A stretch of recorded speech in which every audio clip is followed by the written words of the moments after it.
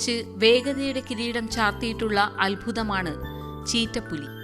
അവിശ്വസനീയമായ വേഗതയിൽ ഇരയെ പിടികൂടാനുള്ള കഴിവ് ഒന്നുകൊണ്ട് മാത്രം പ്രകൃതിയിലെ ഏറ്റവും മികച്ച വേട്ടക്കാരൻ എന്ന പദവി ഈ ജീവി സ്വന്തമാക്കി.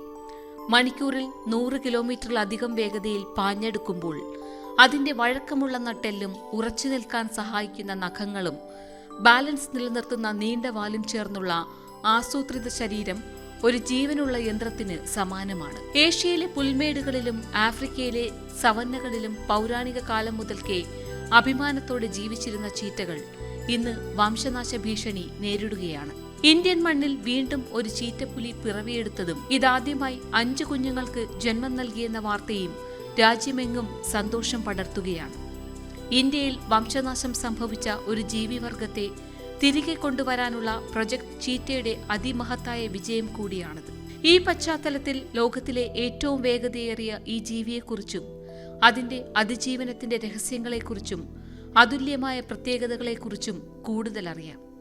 ചീറ്റയുടെ ജീവിതം പ്രധാനമായും കുഞ്ഞുഘട്ടം, കൗമാരഘട്ടം, പൂർണ്ണ വളർച്ചയെത്തിയ ഘട്ടം എന്നിങ്ങനെ 3 ഘട്ടങ്ങളിലൂടെയാണ് കടന്നുപോകുന്നത്. ചീറ്റയുടെ ജീവിതചക്രത്തിൽ ആദ്യത്തേത് കുഞ്ഞുഘട്ടമാണ്, അതായത് 18 മാസം വരെ. ഏകദേശം 93 ദിവസത്തെ ഗർഭകാലത്തിനു ശേഷം മാതൃചീറ്റ ഒളിപ്പിച്ചു വെച്ച പ്രസവ സ്ഥലത്ത് 3 മുതൽ 6 വരെ കുഞ്ഞുങ്ങൾക്ക് ജന്മം നൽകുന്നു. ഈ സമയത്ത് കുഞ്ഞുങ്ങൾ അതീവ ദുർബലരാണ്. സിംഹം, കഴുതപ്പുലി തുടങ്ങിയ മറ്റു വേട്ടക്കാർ കാരണം സംരക്ഷിത പ്രദേശങ്ങളിൽ പോലും മരണനിരക്ക് 90% വരെ ഉയരാൻ സാധ്യതയുണ്ട്. 4 മാസം പ്രായമാകുമ്പോൾ ഇവ പാൽകുടി നിർത്തുകയും ഏകദേശം 18 മുതൽ 20 മാസം വരെ അമ്മയോടൊപ്പം തുടരുകയും ചെയ്യുന്നു. ഈ സമയമാണ് അവർ വേട്ടയാടാനും അതിജീവിക്കാനുമുള്ള നിർണായക പാഠങ്ങൾ അമ്മയിൽ നിന്ന് പഠിക്കുന്നത്. ഇതിനുശേഷം കൗമാരഘട്ടത്തിലേക്ക്, അതായത് 18 മുതൽ 24 മാസം വരെ കടക്കുന്ന യുവചീറ്റകൾ അമ്മയിൽ നിന്നും വേർപിരിഞ്ഞ് സ്വതന്ത്രരാകുന്നു. ആൺചീറ്റകൾ കൂട്ടമായി സഞ്ചരിക്കാൻ തുടങ്ങുമ്പോൾ പെൺചീറ്റകൾ സ്വന്തമായി വലിയ സഞ്ചാരപരിധി കണ്ടെത്തുന്നു.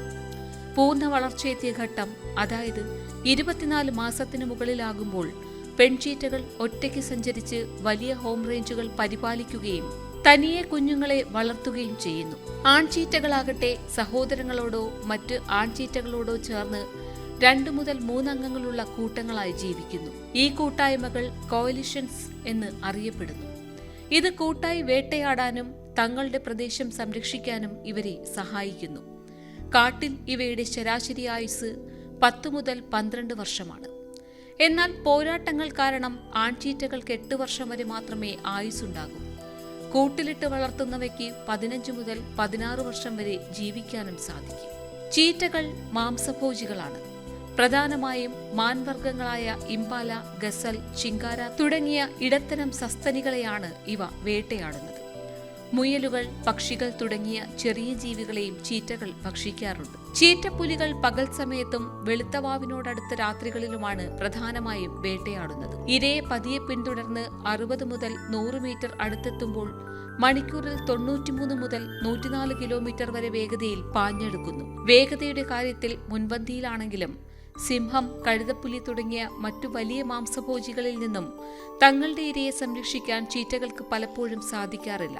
അതിനാൽ വേട്ടയാടിയ ഉടൻ തന്നെ ഇരയെ വേഗത്തിൽ ഭക്ഷിച്ചു തീർക്കുക എന്നതാണ് ഇവരുടെ പ്രധാന അതിജീവന തന്ത്രം. ചീറ്റകൾ പ്രധാനമായും കിഴക്കൻ തെക്കൻ ആഫ്രിക്കയിലെ പുൽമേടുകൾ, തുറന്ന പ്രദേശങ്ങൾ, സെമി മരുഭൂമികൾ എന്നിവിടങ്ങളിലാണ് വസിക്കുന്നത്.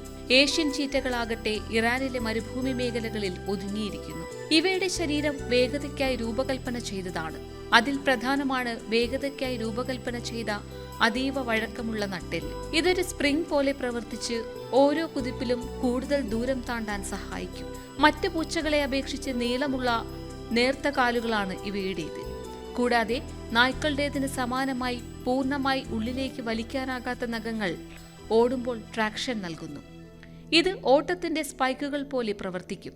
കണ്ണിന്റെ കോണിൽ നിന്ന് വായയുടെ വശത്തേക്ക് നീളുന്ന കറുത്ത രേഖകൾ അഥവാ കണ്ണീർച്ചാലുകൾ സൂര്യരശ്മികളെ പ്രതിഫലിപ്പിക്കുകയും വേട്ടയാടുമ്പോൾ ഏകാഗ്രത വർദ്ധിപ്പിക്കുകയും ചെയ്യുന്നു. ഓട്ടത്തിനിടയിൽ ദിശ മാറ്റാനും ബാലൻസ് നിലനിർത്താനുമുള്ള റഡർ പോലെ നീളമുള്ള വാൽ ഉപയോഗിക്കുന്നു എന്നതാണ് മറ്റൊരു അഡാപ്റ്റേഷൻ. പെൺചീറ്റകൾ ഏകദേശം 24 മാസം മുതൽ പ്രത്യുൽപാദനത്തിന് സജ്ജരാകുന്നു.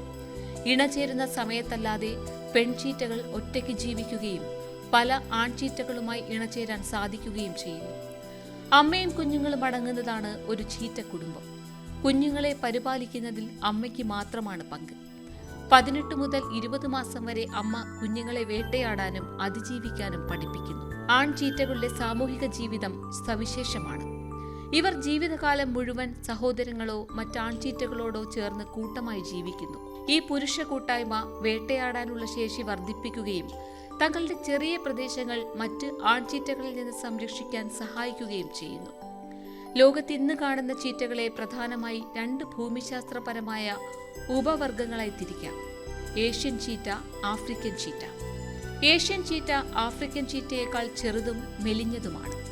ഇവയുടെ ശരീരത്തിൽ രോമം കൂടുതൽ കട്ടിയുള്ളതും കഴുത്ത് ചെറുതുമായിരിക്കും.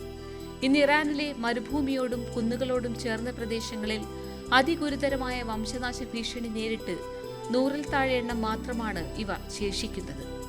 മറുവശത്ത് ആഫ്രിക്കൻ ചീറ്റകൾ താരതമ്യേന വലുതും ബലവത്തായ ശരീരഘടനയുള്ളവരുമാണ്. കിഴക്കൻ തെക്കൻ ആഫ്രിക്കയിലെ വിശാലമായ പുൽമേടുകളിലാണ് ഇവയെ കാണപ്പെടുന്നത്. ഏകദേശം 7000-ലധികം എണ്ണമുണ്ടെങ്കിലും ഇവയും വംശനാശ ഭീഷണി നേരിടുന്നവയാണ്. ചീറ്റകളുടെ എണ്ണം ലോകമെമ്പാടും കുറയുന്നതിന്റെ പ്രധാന കാരണങ്ങൾ ആവാസ വ്യവസ്ഥയുടെ നഷ്ടമാണ്. കൃഷി, റോഡുകൾ, മനുഷ്യവാസസ്ഥലങ്ങൾ എന്നിവയുടെ വ്യാപനം ഇവയുടെ തുറന്ന ആവാസ വ്യവസ്ഥകളെ ഇല്ലാതാക്കുന്നു. കൂടാതെ കന്നുകാലികളെ വളർത്തുന്നത് കാരണം ചീറ്റകളുടെ സ്വാഭാവിക ഇരകളുടെ എണ്ണം കുറയുന്നു. രോമത്തിനു വേണ്ടിയുള്ള വേട്ടയും കുഞ്ഞുങ്ങളെ വിദേശത്ത് വളർത്തുമൃഗ വ്യാപാരത്തിനായി കടത്തുന്നതും വലിയ ഭീഷണിയാണ്. സിംഹങ്ങൾ, കഴുതപ്പുലികൾ തുടങ്ങി മറ്റു വലിയ വേട്ടക്കാർ ചീറ്റകളുടെ കുഞ്ഞുങ്ങളെ കൊല്ലുകയും അവ വേട്ടയാടി ഇരയെ തട്ടിയെടുക്കുകയും ചെയ്യുന്നത് ഇവയുടെ നിലനിൽപ്പിന് ഭീഷണിയുണ്ടാക്കുന്നു. ഏകദേശം 1952-ൽ ഇന്ത്യയിൽ നിന്ന് വംശനാശം സംഭവിച്ചതായി പ്രഖ്യാപിക്കപ്പെട്ട ചീറ്റകളെ തിരികെ കൊണ്ടുവരാനുള്ള പ്രൊജക്ട് ചീറ്റ ഒരു സുപ്രധാന സംരംഭമാണ്. 2022-ൽ നമീബിയ, സൗത്ത് ആഫ്രിക്ക എന്നിവിടങ്ങളിൽ നിന്നുള്ള ആഫ്രിക്കൻ ചീറ്റകളെ മധ്യപ്രദേശിലെ കുനോ നാഷണൽ പാർക്കിൽ എത്തിച്ചു. ആദ്യമായി ഇന്ത്യൻ മണ്ണിൽ പിറന്ന ചീറ്റക്കുഞ്ഞുങ്ങൾ അതിജീവിക്കുകയും ഇപ്പോൾ മുഖി എന്ന ഇന്ത്യൻ വംശജയായ ചീറ്റ 5 കുഞ്ഞുങ്ങൾക്ക് ജന്മം നൽകുകയും ചെയ്തത് ഈ പദ്ധതിയുടെ വലിയ വിജയസൂചകമാണ്. ചീറ്റകളെ സംരക്ഷിക്കുന്നതിലൂടെ അവ ആശ്രയിക്കുന്ന പുൽമേടുകളും അർദ്ധമരുഭൂമി ആവാസ വ്യവസ്ഥകളും സംരക്ഷിക്കപ്പെടുന്നു. ഇത് മറ്റനേകം വംശനാശ ഭീഷണി നേരിടുന്ന ജീവികൾക്ക് ഒരു അംബ്രല്ല പ്രൊട്ടക്ഷൻ നൽകുന്നു. ഈ പ്രൊജക്ട് ചീറ്റയുടെ വിജയം ആഗോള സംരക്ഷണ പ്രവർത്തനങ്ങൾക്കും വലിയ പ്രചോദനമാണ്.